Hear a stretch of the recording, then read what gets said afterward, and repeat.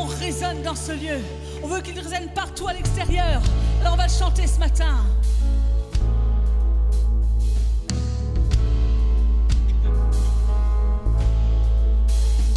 Ensemble, que ton nom résonne en ce lieu. Que ton nom résonne en ce lieu. Est-ce que tu veux qu'il résonne? Que ton nom résonne en ce lieu. Jésus, Jésus, que ton nom résonne en ce lieu. Les murs tombent au son de nos louanges, alors que nos voix s'unissent à celles des anges. Répands sur nous ton esprit, ta puissance, ô Jésus.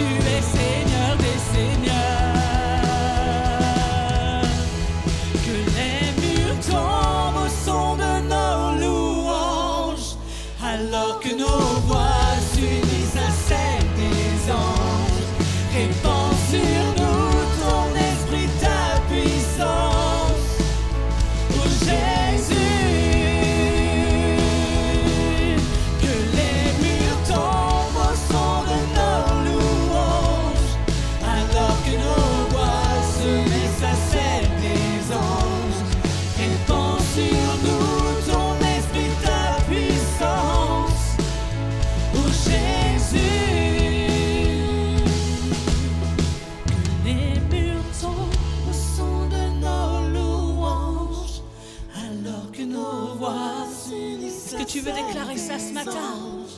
Répands sur nous ton esprit, ta puissance. Fais tomber sur nous ça, Seigneur. Oh Jésus, que les murs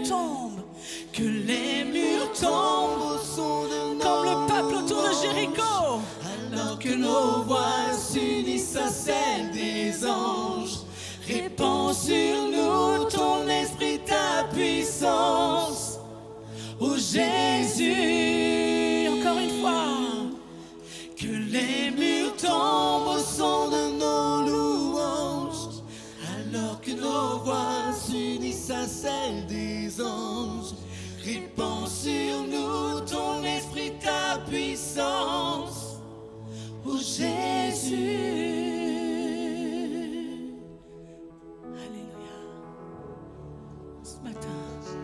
On veut vraiment que tu répandes sur nous ton esprit, ta puissance, ton autorité. Seigneur, tu es présent dans ce lieu. Nous voulons vraiment t'apporter ta louange. Nous voulons vraiment que nos louanges puissent faire tomber, Seigneur, ces murs. Alléluia. Parce que ton nom est Jésus. Et ce n'est pas n'importe quel nom. Ton nom est conseiller merveilleux, Dieu puissant.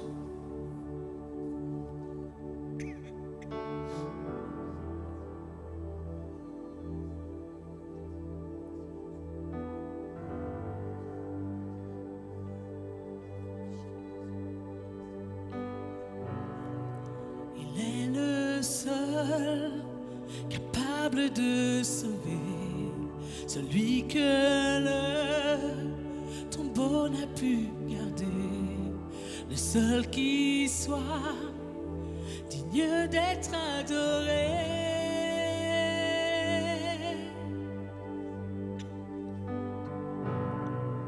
Il tient les clés de la mort, de l'enfer. En son nom, le pouvoir de guérir. Par son sang, nos fautes sont effacées. Son nom est Jésus. Son nom est Jésus. Son nom est merveilleux, conseiller, Dieu puissant.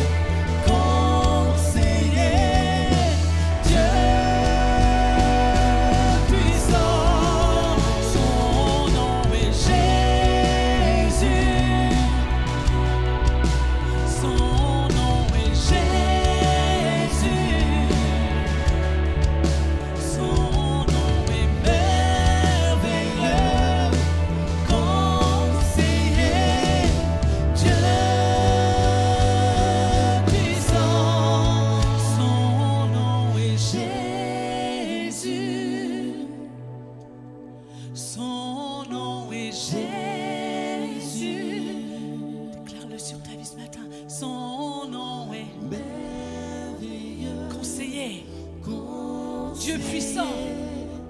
Dieu puissant, Son nom est Jésus. Son nom est Jésus. Son nom est Jésus. Jésus. Son nom est merveilleux. Merveilleux. conseiller, Oh Dieu puissant.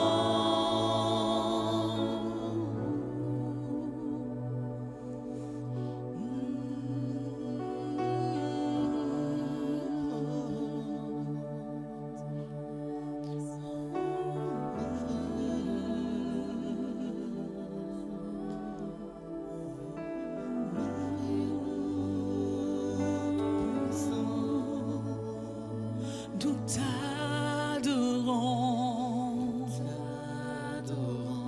nous t'offrons nos vies, nous chantons, nous chantons, nous crions,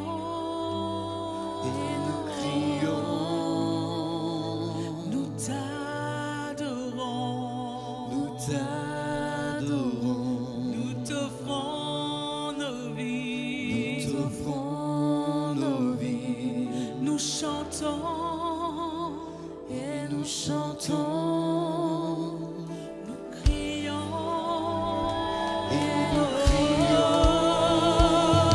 nous t'adorons, nous t'offrons nos vies, et nous chantons,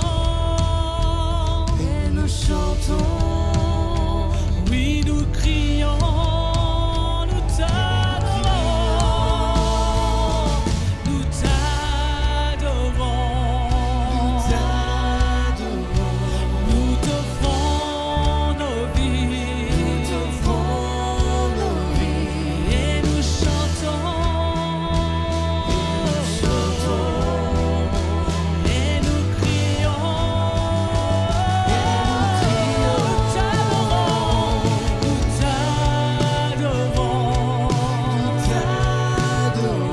nous t'offrons nos vies, oui nous chantons, et nous crions. Est-ce que tu veux déclarer ça ce matin? Est-ce que tu veux chanter pour la gloire de Dieu? Nous t'adorons, nous t'offrons nos vies, et nous chantons. Est-ce que tu peux crier le plus fort que tu veux pour ton roi ce matin? Nous crions. Ton nom est Jésus. Son nom est Jésus. Son nom est merveilleux. Conseiller. Oh Dieu puissant. Son nom, Jésus.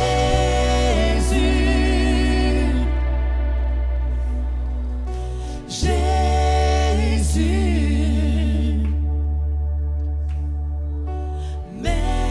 merveilleux conseiller, Dieu puissant.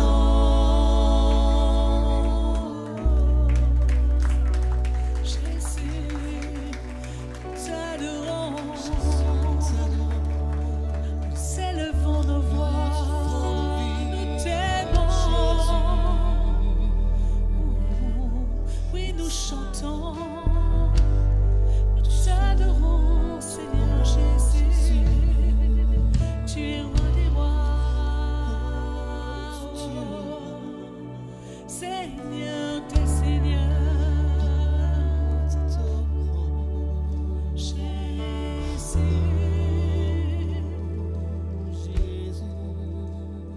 nous t'aimons, Jésus, son nom est Jésus. Murmure cela. son nom est Jésus. Jésus. Son nom est Merveilleux conseiller, Dieu puissant. son nom est Jésus.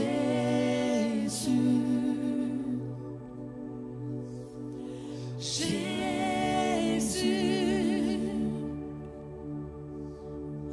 Merveilleux conseiller,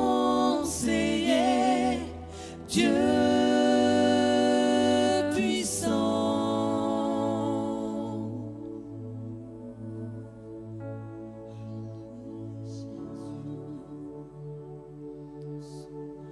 Alléluia, Jésus. À toi soit le règne, à toi soit la puissance, l'autorité au siècle des siècles. Ce matin, nous voulons t'appeler Yeshua. Alléluia. Viens transformer les cœurs ce matin. Viens nous changer. Alléluia, Jésus.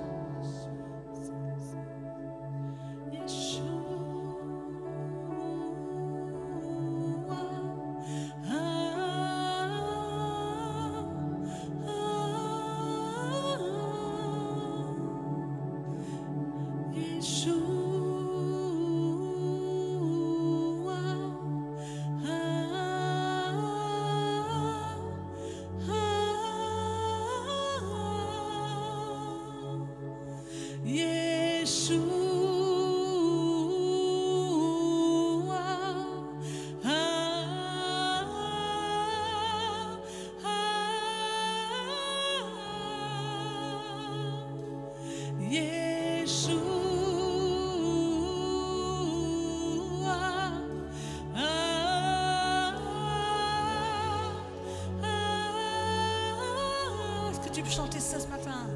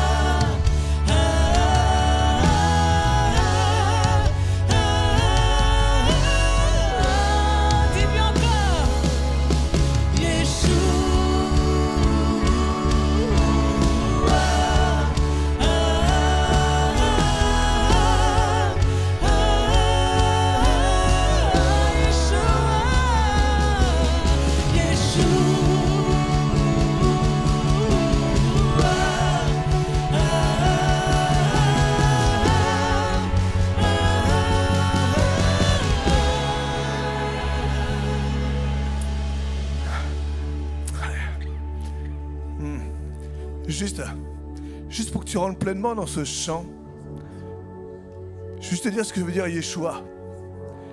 Yeshua, pour que tu comprennes mieux ce chant, ça veut dire celui qui sauve.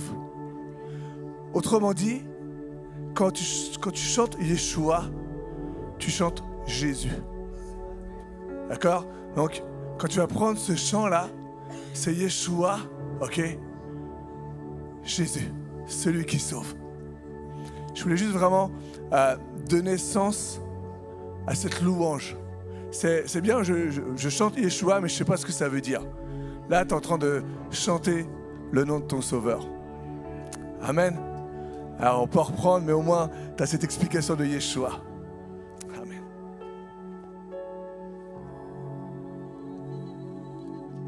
Yeshua.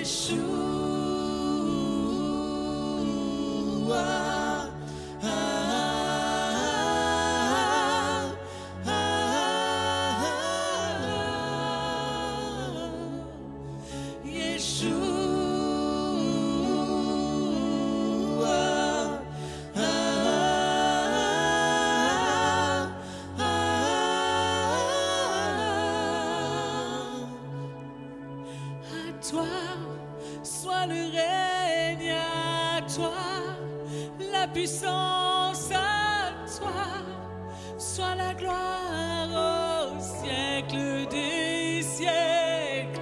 À toi, soit le règne, à toi, la puissance à toi, soit la gloire au siècle des siècles.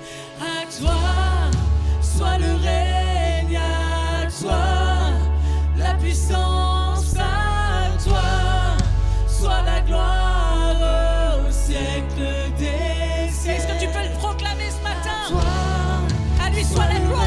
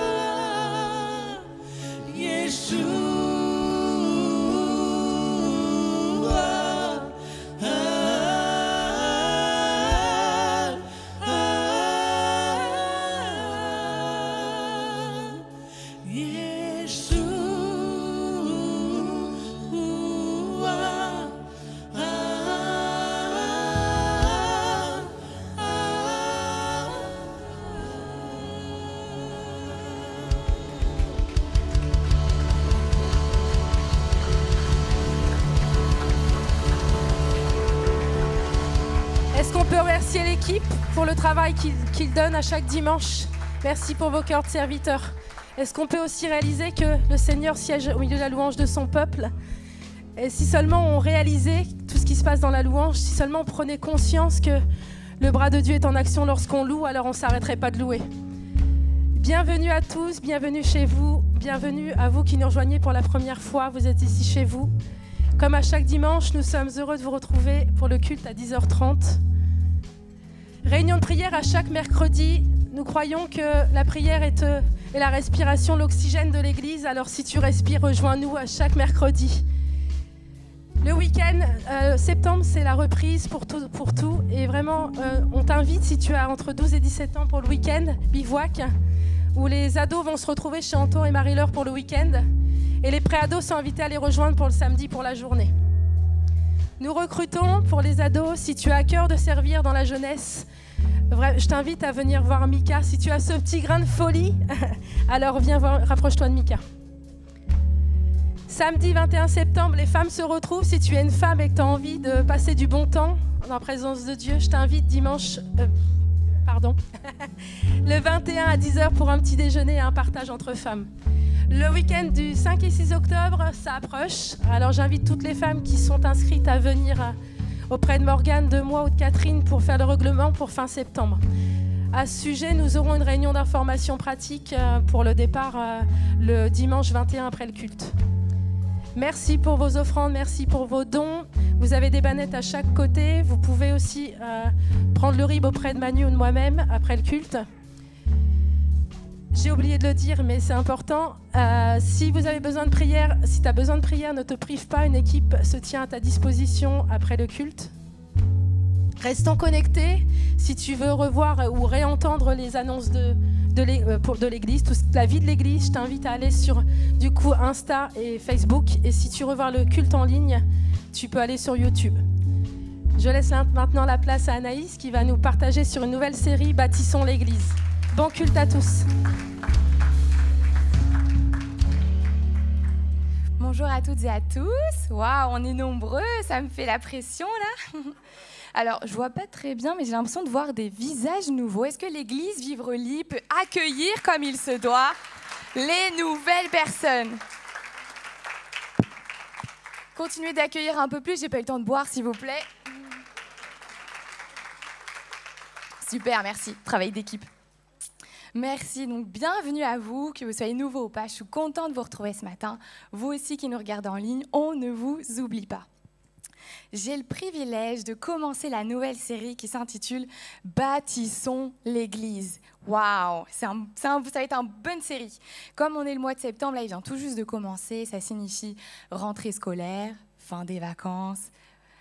On reprend le travail, peut-être pour certains, on reprend les services aussi au sein de l'Église. Et quoi de mieux que de revenir à l'essentiel, aux bases, aux fondements. Bâtissons l'Église, bâtissons sur le roc pour être stable, pour être solide face à la tempête, face aux défis, face aux difficultés.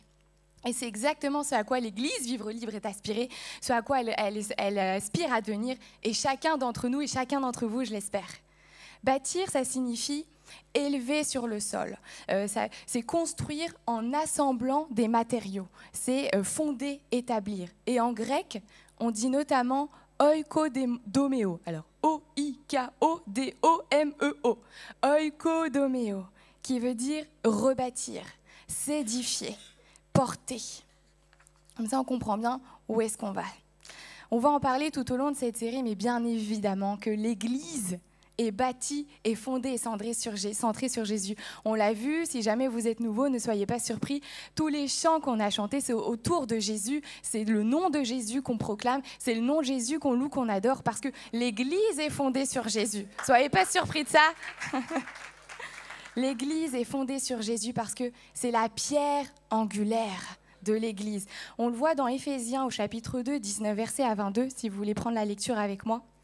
Ainsi donc, vous n'êtes plus des étrangers, ni des gens de dehors, mais vous êtes des concitoyens des saints, gens de la maison de Dieu. On est dans la maison de Dieu ce matin. Vous avez été édifiés sur le fondement des apôtres et des prophètes, Jésus-Christ lui-même étant la pierre angulaire. En lui, tout l'édifice bien coordonné s'élève pour un temple saint dans le Seigneur. En lui, vous aussi, vous êtes édifiés pour être une habitation de Dieu en esprit. On comprend bien là. En fait, dans l'architecture ancienne, la pierre angulaire, c'était la pierre sur laquelle toute la construction, tout l'édifice était fondé, était stabilisé. On comprend bien là, Jésus, c'est la pierre angulaire de l'Église. Et c'est pas anodin si on parle de pierre. On ne parle pas de carton, là, de plastique, mais de la pierre. C'est solide, c'est robuste, c'est dur, on peut s'appuyer dessus. Jésus-Christ, c'est la pierre sur laquelle toute l'Église est alignée, stabilisée. C'est la fondation de l'Église. Mais l'Église, ce n'est pas juste un bâtiment. Ce n'est pas juste des murs, des fenêtres comme on le voit là. L'Église, c'est l'édifice que nous, les pierres vivantes, nous formons. L'Église, c'est moi, plus toi, plus toi, plus toi, plus toutes les pierres vivantes là qui forment l'édifice, qui se réunissent là le dimanche tout ensemble. Pierre adresse à un moment dans la Bible, on voit une lettre aux chrétiens pour les encourager à rester fidèles, parce qu'ils devaient faire face à la persécution. Et merci Seigneur, nous on est libres heureusement dans notre pays, et merci, gloire à Dieu pour ça, parce qu'il y a d'autres chrétiens dans le monde qui sont persécutés pour leur foi. Et on le voit dans 1 Pierre 2, versets 4 à 5. « Approchez-vous de Christ, la pierre vivante, rejetée par les hommes, mais choisie et précieuse devant Dieu. Et vous-même, en tant que pierre vivante, vous-même, c'est nous les pierres vivantes, édifiez-vous, oikodomeo, comme ça vous aurez appris un mot, édifiez-vous pour former une maison spirituelle, un saint sacerdoce, afin d'offrir, alors selon les versions, certaines parlent de victimes spirituelles, mais d'autres versions parlent de sacrifices spirituels agréables à Dieu par Jésus-Christ. On le voit là, c'est des pierres vivantes. Les croyants sont vivants, ils sont appelés à participer pour le royaume de Dieu, pour la construction de la maison de Dieu. On est appelé dynamique, actif pour la construction. On voit bien, il ne dit pas des pierres mortes, hein. Il dit des pierres vivantes pour former la maison spirituelle. On le voit, on comprend ici que ce n'est pas juste l'église, ce n'est pas juste ça. Ce n'est pas juste le bâtiment, les murs, les fenêtres, tous les équipements qui nous entourent. Tant mieux, on a une belle église et merci Seigneur pour ça. Vraiment, on est bénis ici. Mais c'est aussi nous, les pierres vivantes, bâties sur la pierre angulaire Jésus. Je tiens à rappeler que l'église, ce n'est pas juste des locaux, mais ce n'est pas non plus qu'une institution. Ce n'est pas une institution avec juste les pasteurs. Vous voyez, avec une prétendue élite ou je ne sais quoi, c'est bien ce mouvement ensemble, ce mouvement collectif. C'est chaque personne ici présente, c'est vous, c'est chaque serviteur. Et d'ailleurs, on le voit bien ici, on est nombreux et tant mieux, merci Seigneur, c'est nous, l'Église, chaque membre. Et j'aimerais vraiment prendre un temps particulier pour vous remercier. Chaque serviteur qui se lève, chaque membre qui est actif au sein de l'Église, que ce soit la louange, la communication, la captation, les personnes qui traduisent toutes les semaines pour pouvoir donner le message aux malentendants. Est-ce que vous pouvez vous applaudir ce matin, vous, les serviteurs de l'Église, qui faites avancer l'œuvre du royaume de Dieu? On le voit, donc Pierre, il parle de pierre vivante. Et puis, il parle aussi de saint sacerdoce. Ouh là là, est-ce que nous amène Anaïs? Dans l'Ancien Testament, en fait, le sacerdoce était limité aux Lévites. C'était la tribu de Lévi et à Aaron et les descendants. C'était ça, historiquement. Et les Lévites, ils servaient de médiateurs entre Dieu et le peuple. On pourrait les traduire par des prêtres, en fait. Il fallait passer par eux pour pouvoir accéder à Dieu. Il n'y avait qu'eux qui pouvaient le faire. Ils étaient chargés du service du temple, du tabernacle, et puis de l'entretien. Et puis, il y avait le souverain sacrificateur. Là, c'était Aaron et ses descendants. Il y en avait un à chaque fois qui était désigné. Et il n'y avait que lui qui pouvait accéder une fois par an au lieu très saint. Que lui, au lieu très saint. Et en fait, il devait y aller tous les ans pour s'assurer qu'il y avait toujours à chaque fois la présence de Dieu et pour l'expiation, donc le châtiment, le rachat de ses péchés et les péchés du peuple. On comprend ici que les péchés du peuple étaient finalement rachetés quotidiennement par les sacrifices. Le peuple pouvait faire des sacrifices juste sur le parvis, il ne rentrait pas. Et puis aussi par le souverain sacrificateur. Mais dans le Nouveau Testament, la pierre, on est dans le Nouveau Testament. C'est l'idée d'un sacerdoce universel. Ça signifie que chaque croyant a accès à Dieu directement, en continu, en direct, grâce à Jésus-Christ. Parce que c'est lui qui s'est sacrifié sur la croix pour nous en tant que sacrifice pur, sacrifice parfait, pour que justement aujourd'hui, on puisse directement nous-mêmes accéder à Jésus. C'est ça le saint sacerdoce. Il n'y a plus besoin de passer par quelqu'un où tu as toi-même directement accès à lui, accès à Jésus. Et nos sacrifices, on le voit Pierre, ce sont des sacrifices spirituels. Ça veut dire que ce sont nos louanges, comme ce matin. Nos louanges qu'il monte au trône de gloire, c'est nos sacrifices, notre vie, notre recherche de sainteté, de notre vie agréable à Dieu, notre service. C'est ça, les sacrifices spirituels. Tous les croyants, donc toi, moi, on a accès direct à Dieu ce matin. Accès direct tout le temps, en continu, en tout temps, directement. Et j'aimerais rappeler à quelqu'un ce matin que Jésus s'est donné à la croix pour toi. Par amour pour toi, pour que tu sois dans sa maison ce matin, pour que tu aies accès à lui directement. Tu as ta place dans la maison de notre Seigneur ce matin. Laisse pas l'ennemi te faire croire que tu n'as pas fait ci, trop fait cela, peu importe ton passé, tu es une pierre vivante de l'Église ce matin. Amen. Celui qui reconnaît Christ comme son sauveur personnel, qui lui confie sa vie, qui devient membre de la maison de Dieu. C'est une joie. Enfin, oui, c'est une joie d'appartenir à la maison de Dieu. Je suis en joie et je remercie Jésus pour cela. Mais c'est aussi un message d'espoir pour toi ce matin qui veut y accéder. C'est possible pour toi ce matin d'accepter Jésus et de faire partie de sa maison. Alors, bienvenue à la maison. Bienvenue à la maison. Super, on est l'église. Wouhou, amen. On est chez nous, ici, elle l'a dit, bienvenue à la maison. Mais si vous me suivez bien, c'est qu'on est aussi l'église, qu'on est à la maison ailleurs que le dimanche, ailleurs que le mercredi. C'est bien d'aller à l'église, mais tu es appelé à être l'église. Si tu te contentes de regarder l'église à travers les 4 murs, là, t'enfermes ce que Dieu a voulu déposer sur toi pour que tu l'exploses ailleurs. Là, t'enfermes. Mais en réalité, On devrait arrêter de dire je vais à l'église, mais on devrait dire je suis l'église et je vais accomplir mon rôle en tant qu'église, retrouver toutes mes pierres vivantes le dimanche. Mais je suis l'église. Tu es l'église ce matin. On est bien d'accord, vous ne passez pas votre vie ici que je sache. Enfin, vous repartez à un moment. Parce qu'après, il y a JA, je crois qu'ils ont oublié de le dire, mais il faut repartir quand même relativement vite, quoi. On est d'accord. Enfin, vous allez au travail, vous vivez, on est bien d'accord. Vous. Donc, tu es l'église. Tu sors de ce bâtiment. On n'est pas appelé à être une prétendue élite pour rester qu'entre nous, là, entre chrétiens. Jésus nous a appelés à la sortir, à aller témoigner, à aller évangéliser. C'est ça la première mission du chrétien. Soyons clairs là-dessus. Tu es l'église chaque jour.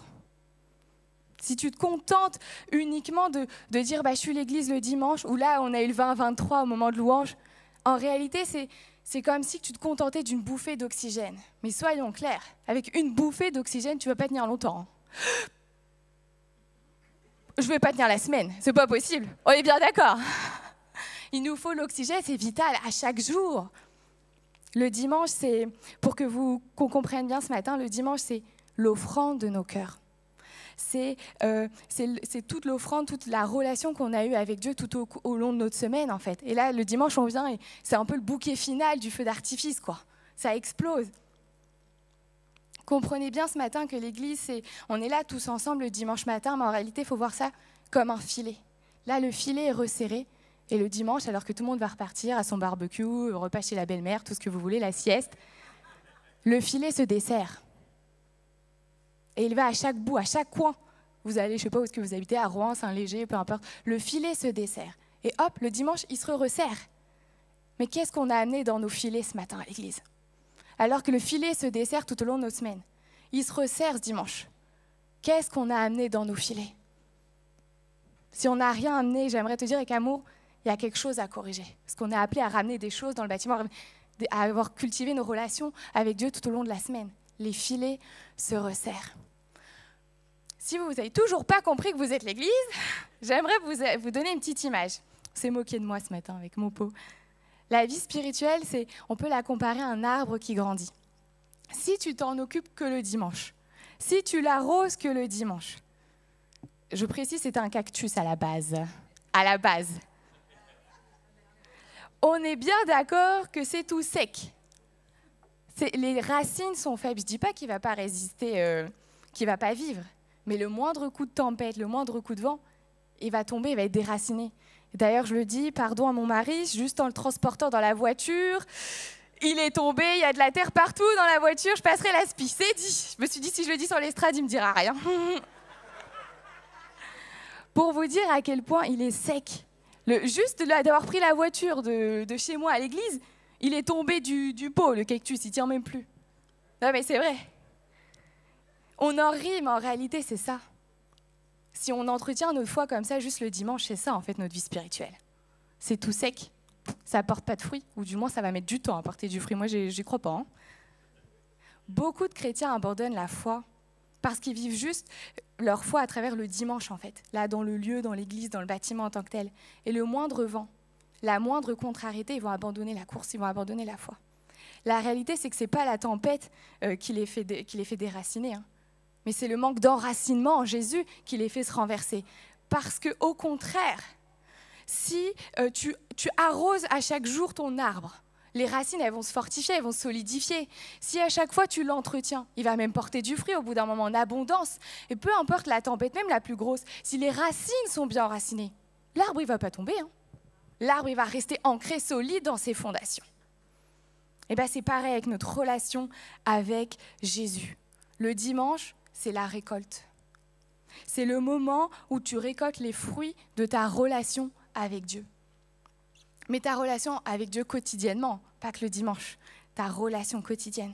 Si tu es content de vivre l'église uniquement le dimanche, que tu arroses uniquement ta foi le dimanche, tu ne vas pas tenir longtemps malheureusement. Et surtout, tu vis une foi avec crainte, en fait. La foi du dimanche te fait espérer avec crainte. Je crois en Dieu, j'espère que je ne vais pas perdre mon emploi. Ah Seigneur, je suis malade, j'espère que tu vas me guérir, je crains, je ne sais pas. C'est la foi du dimanche. Mais si tu as une relation avec Dieu, tu as une foi avec assurance. Oui, Seigneur, je suis malade. Oui, Seigneur, j'ai perdu mon travail. Mais j'ai la foi avec assurance parce que je te connais, parce que j'ai cette relation avec toi, que tu es au contrôle. Je sais, Seigneur, que tu vas agir. Je ne le vois pas tout de suite, peut-être, mais je sais que tu as déjà au contrôle et que tu mets ton plan en action et je ne le vois pas. Le fait d'entretenir quotidiennement, eh bien, on a une foi solide, une foi enracinée, une foi bâtie sur Jésus. Est-ce que vous êtes avec moi ce matin? Vous me suivez bien? C'est bon? Vous êtes bien assis confortable sur votre chaise? Bon, on dirait pas, personne ne répond. Hein. Mais tant mieux pour ça. Mais la foi, c'est pas juste l'église assise un dimanche sur une chaise.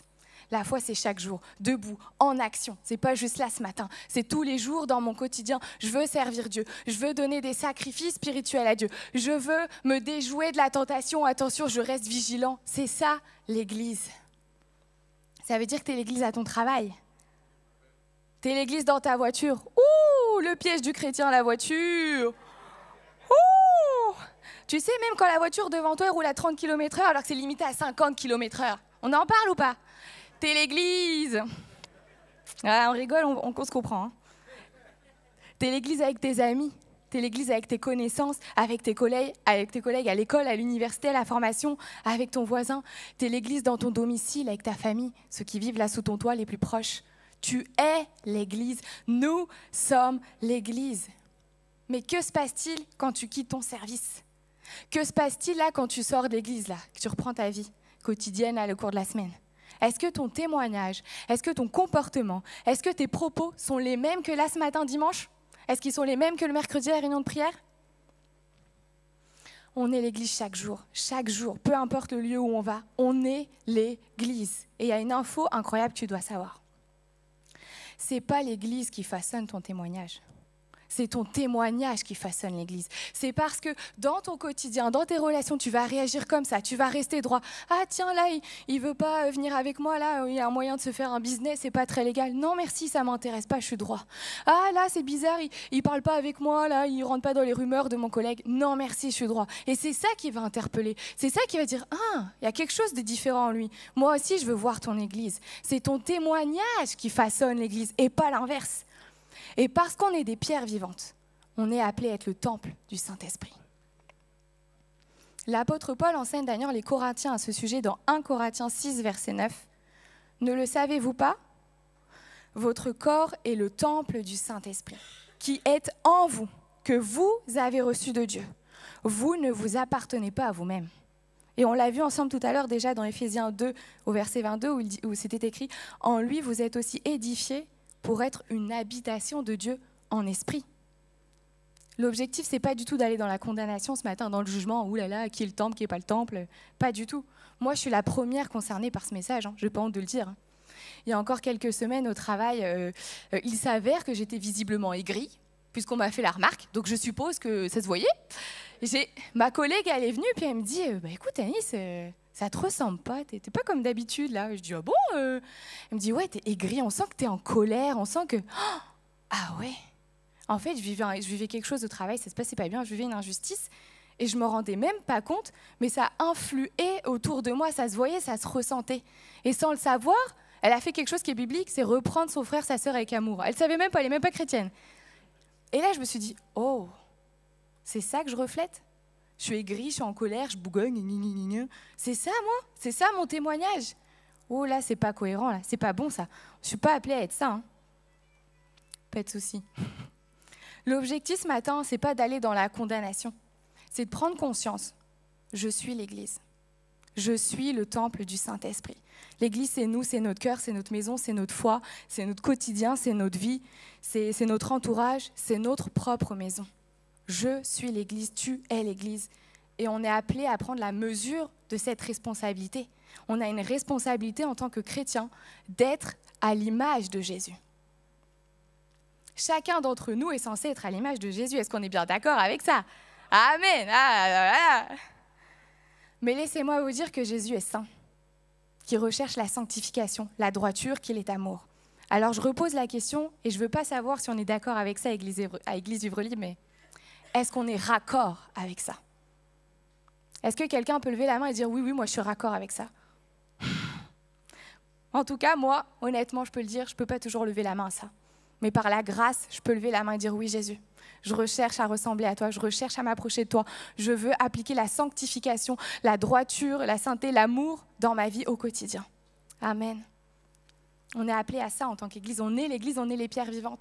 Appelés à la recherche de la passion pour Jésus. Et si tu as tellement d'amour pour Jésus, que tu veux lui ressembler, que tu veux appliquer ce qu'il te demande, être amour, être la patience, même en voiture, la patience, la bonté, la maîtrise de soi, et surtout l'amour. C'est ça qui témoigne notre présence de Dieu ici, enfin la présence de Dieu ici-bas sur terre, hein, c'est notre témoignage, c'est comme ça qu'on peut faire la différence. Tu sais, moi, je veux bien venir chez toi dans ta maison, il n'y a pas de souci, tu m'invites avec grand plaisir. Mais si c'est sale, si la nourriture n'est pas très bonne, excuse-moi, mais je ne veux pas revenir chez toi. Hein. C'est pas que je t'aime pas, mais je ne vais pas vouloir revenir chez toi. À la limite, je vais préférer t'inviter chez moi. Et parfois, on n'est pas prêt à l'entendre. Parfois, on n'est pas prêt à faire les sacrifices nécessaires. Oh, ça là, dans ma vie, il y a ça qui ne va pas. Ça là, il y a dans ma maison, il y a ça qui ne va pas. Dans le temple du Saint-Esprit, là, ça là, c'est pas bon, c'est pas cohérent. Alors, je veux demander ce matin, notre vie est-elle à l'image de Jésus? Est-ce que ma maison représente Jésus? Puisque mon corps est le temple du Saint-Esprit, on vient de le voir, posons-nous la question. Est-ce que Jésus, là, dans nos conditions actuelles, ce matin, telles que nous sommes, est-ce que Jésus voudrait venir habiter en toi? Bien sûr que oui, Jésus, il veut, il attend que ça, lui, de venir habiter en toi. Mais la vraie question, c'est, est-ce que Jésus peut venir habiter en toi? Là, avec les conditions, avec ton état de cœur, avec ton temple, ta maison d'aujourd'hui, est-ce que Jésus peut venir habiter en toi? Est-ce qu'il y a des choses qui repousseraient Jésus? Jésus veut habiter en nous, ça c'est sûr. Mais parfois, il y a des choses où Jésus ne peut pas habiter en nous. Et c'est là où on a besoin du Saint-Esprit. On a besoin du Saint-Esprit pour ça, parce que humainement, soyons clairs, c'est pas possible. C'est pas possible. On est humain, on est pécheur, on le sait très bien. Et il nous faut quelque chose de plus grand, quelque chose de plus puissant pour à chaque jour nous aider à être amour, à chaque jour nous être à l'image de Jésus-Christ. Jésus a dit qu'il nous a envoyé le Saint-Esprit pour nous donner ce que la terre ne peut pas nous donner. Inutile de chercher dans tout ce que tu veux ici-bas sur terre. Seul le Saint-Esprit peut t'aider à ressembler à Jésus, à être ce temple du Saint-Esprit. C'est le Saint-Esprit qui donne la révélation de ce que l'Église doit, comment elle doit être, comment Dieu veut l'Église. C'est le Saint-Esprit qui donne le vouloir et le faire. Et on est rendu capable par le Saint-Esprit. On a tellement besoin du Saint-Esprit, franchement. On n'a qu'à un peu rapidement analyser la société aujourd'hui de plus en plus égoïste, auto-centrée sur elle-même, avec les difficultés économiques. Les gens sont prêts à travailler illégalement, à avoir des ressources et pas les déclarer. Les gens sont prêts à voler leur patron. C'est ça aujourd'hui la société actuelle. Soyons honnêtes, c'est vrai. Mais nous, on est appelés à faire la différence. On est l'Église, on est les pierres vivantes, on est le temple du Saint-Esprit.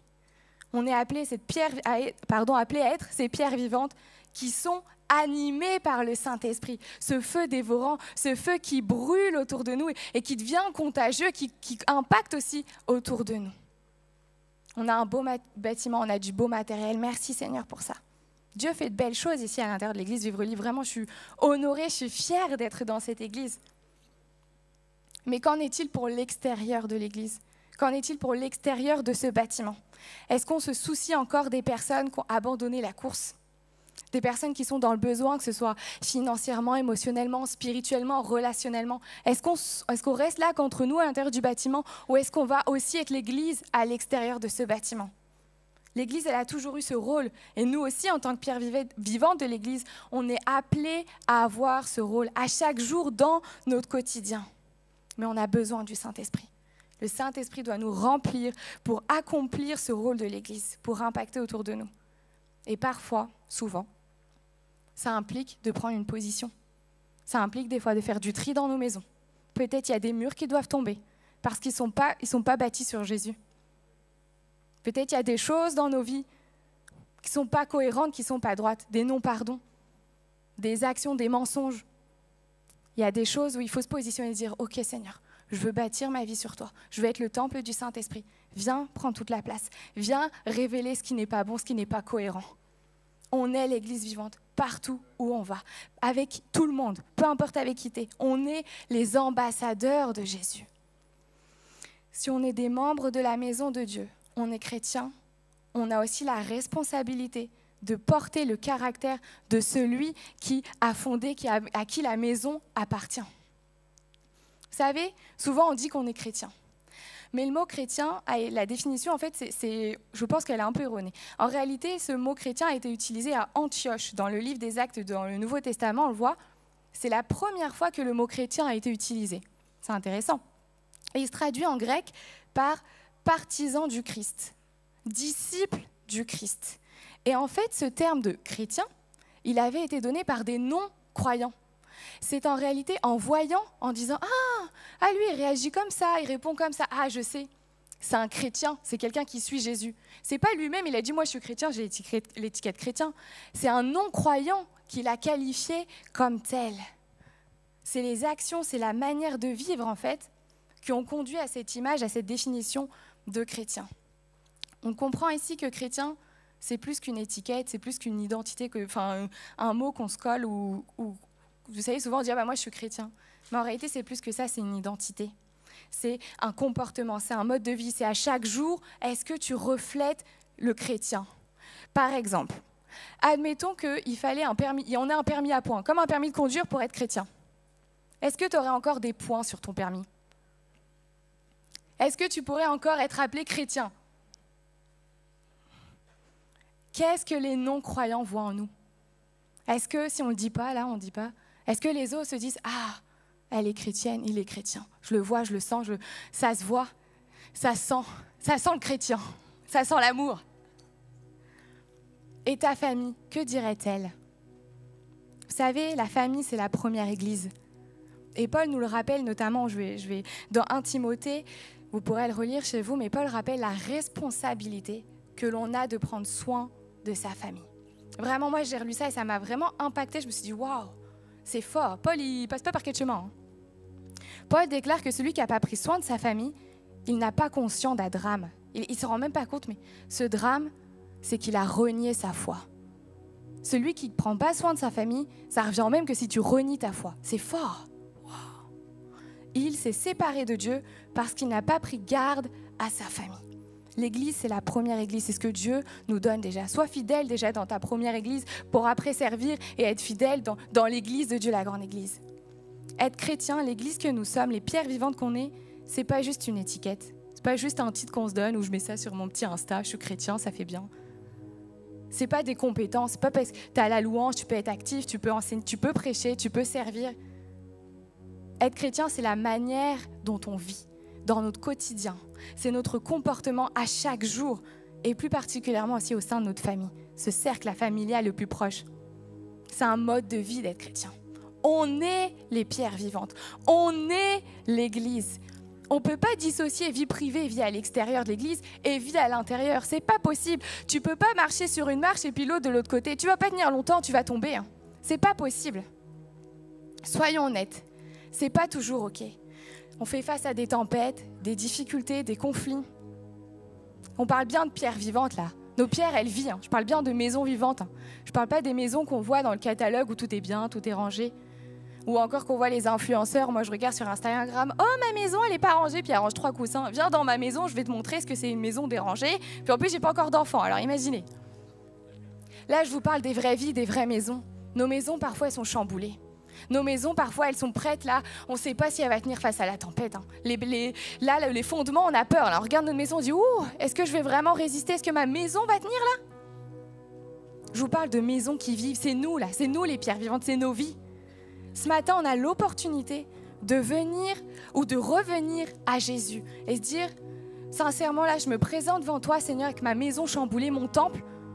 Et viens, Seigneur, dans ma vie. Viens révéler ce qui ne te glorifie pas, Seigneur. Parce que ce matin, je prends la décision. Je veux bâtir ma vie sur toi, Jésus. Je veux que tu sois le fondement de ma maison. Alors oui, peut-être qu'il y a du tri à faire. Peut-être qu'il y a de l'ordre à mettre. Mais Seigneur, viens rétablir, viens mettre l'ordre pour que tu prennes toute la place, tout dans mon quotidien, mais pas un petit truc, non. Je veux que tu prennes toute la place pour que tu sois le roc, le fondement solide, inébranlable. c'est une décision à chaque jour. Tu as le choix de bâtir, tu as le choix de rebâtir ta maison sur Jésus ce matin. L'opportunité t'est donnée là. Je t'invite à faire confiance à Dieu, à le laisser être le fondement de ta maison, parce que tu auras des tempêtes. Je ne dis pas que si tu es chrétien, tu n'auras pas de tempêtes. Au contraire, tu auras des tempêtes. Mais si ta maison est bâtie sur Jésus, si ta foi est enracinée solidement là, je connais Dieu, j'ai ma relation quotidienne, je sais qui est Dieu, peu importe les tempêtes, tu auras l'assurance que Jésus est avec toi, que Jésus est au contrôle, que Jésus contrôle les mers, Jésus, peu importe les montagnes qui sont dressées devant moi, peu importe les tempêtes, j'ai fondé ma maison sur Jésus, je sais que je vais résister, ma maison sert l'Éternel. Les fondements d'une maison, c'est profond, c'est ancré, c'est pareil avec ta relation avec Jésus. Tu dois aller au plus profond là. Peu importe la tempête, elle pourra essayer même de rentrer par les fenêtres, le vent, ta toiture. Ma maison est fondée sur Jésus et elle résistera à la tempête. Ce matin, pour quelqu'un qui se dit « mais moi, ma maison est détruite », Dieu veut rebâtir tes fondements. Dieu veut rebâtir ta maison. Je prie vraiment ce matin pour l'action du Saint-Esprit. Je l'ai dit, sans le Saint-Esprit, on ne peut rien faire. L'action du Saint-Esprit qui vienne, qui remplisse tout ton cœur, qui remplisse toute ton âme, qu'il vienne te révéler. Qu'est-ce qui n'est pas cohérent dans ma maison? Viens, Saint-Esprit, je veux bâtir ma maison sur toi. Révèle-moi la marche à suivre, Seigneur. Peut-être quelqu'un qui se dit « mais moi c'est mon ministère qui est détruit, moi c'est mon travail, moi c'est mes relations ». Bâtis ce matin sur Jésus. Oui Seigneur, je vais être cette église sans tache, sans compromis Seigneur. Je vais être irréprochable, je vais être conforme à ta parole à chaque jour Seigneur. Je veux suivre ton modèle Jésus. Je veux pas de mensonges dans ma maison. Je veux pas de compromis dans ma maison. Je veux la sanctification. Je veux la droiture. Je veux l'amour. Parce que ma maison est bâtie sur Jésus. Alléluia, Jésus. C'est une décision à chaque jour. Je veux vraiment particulièrement aussi prier ce matin pour les familles, les premières églises. Peut-être toi, ta famille, elle est détruite, elle est divisée. Peut-être il y a des non-pardons. Je prie pour une onction du Saint-Esprit, Seigneur. Viens rebâtir les familles, viens remplir l'amour, Seigneur. Je prie pour des familles unies en Jésus. Seigneur, moi et ma maison serviront l'Éternel. Proclame cette parole sur ta famille. Moi et ma maison serviront l'Éternel. Alléluia, Jésus. Comment tu veux bâtir ta maison ce matin? Comment tu veux bâtir ta maison? Toi, la pierre vivante, toi, l'église. Cette action te revient. Je peux rien faire à ta place. Ton voisin à côté peut rien faire. C'est que toi. C'est entre toi et Dieu ce matin. Entre toi et le Saint-Esprit. Dieu n'a pas construit une église pour qu'on la visite. Dieu a construit une église pour qu'on la vive à chaque jour. Je suis la pierre vivante de l'église. Je vis l'église. Est-ce que ce matin, tu veux être une pierre vivante? Peut-être toi tu dis mais moi ma vie, je peux pas, je m'en sors pas, c'est un moindri, il y a le combat, la difficulté. Mais t'es une pierre vivante. Dieu appelle à la vie ce qui est mort. Pas de pierre morte ce matin, des pierres vivantes qui bâtissent l'église avec Jésus. Dieu veut souffler la vie en toi pour que tu reprennes goût à la vie, pour que tu accomplisses le mandat que Dieu t'a donné. Tu es l'église. J'invite des personnes ce matin, passionnées pour le nom de Jésus, où les cœurs brûlent du Saint-Esprit, brûlent en nous, à se lever, à réaffirmer leur volonté. Oui Seigneur, je veux fonder ma vie sur toi. Oui Seigneur, je veux bâtir ma maison sur toi. Peu importe les tempêtes, je résisterai parce que je bâtis ma maison sur toi. Lève-toi, adore-toi, chante ce chant qui dit « Oui Seigneur, je veux fonder ma vie sur toi. Oui, je veux bâtir ma maison sur Jésus. Peu importe le vent, peu importe les tempêtes, j'ai bâti ma maison sur toi Jésus. Elle ne tremblera pas parce que tu ne faillis pas Jésus. Parce que tu es le roc solide. Chante ce chant. Viens Jésus dans ma maison. Viens Jésus dans ma famille. Viens Jésus dans ma santé. Viens Jésus dans mon travail. Oh viens Jésus. Sois le fondement ce matin. Alléluia, Saint-Esprit. Jésus, Jésus, Jésus, c'est ton nom que nous invoquons. Tu es la pierre angulaire de nos vies ce matin. Merci pour chaque personne qui se lève, qui prend la décision de bâtir leur maison sur ton nom, sur toi Jésus. Viens Saint-Esprit, souffle, souffle Saint-Esprit, prends toute la place dans nos maisons. Moi et ma maison serviront l'Éternel. Amen.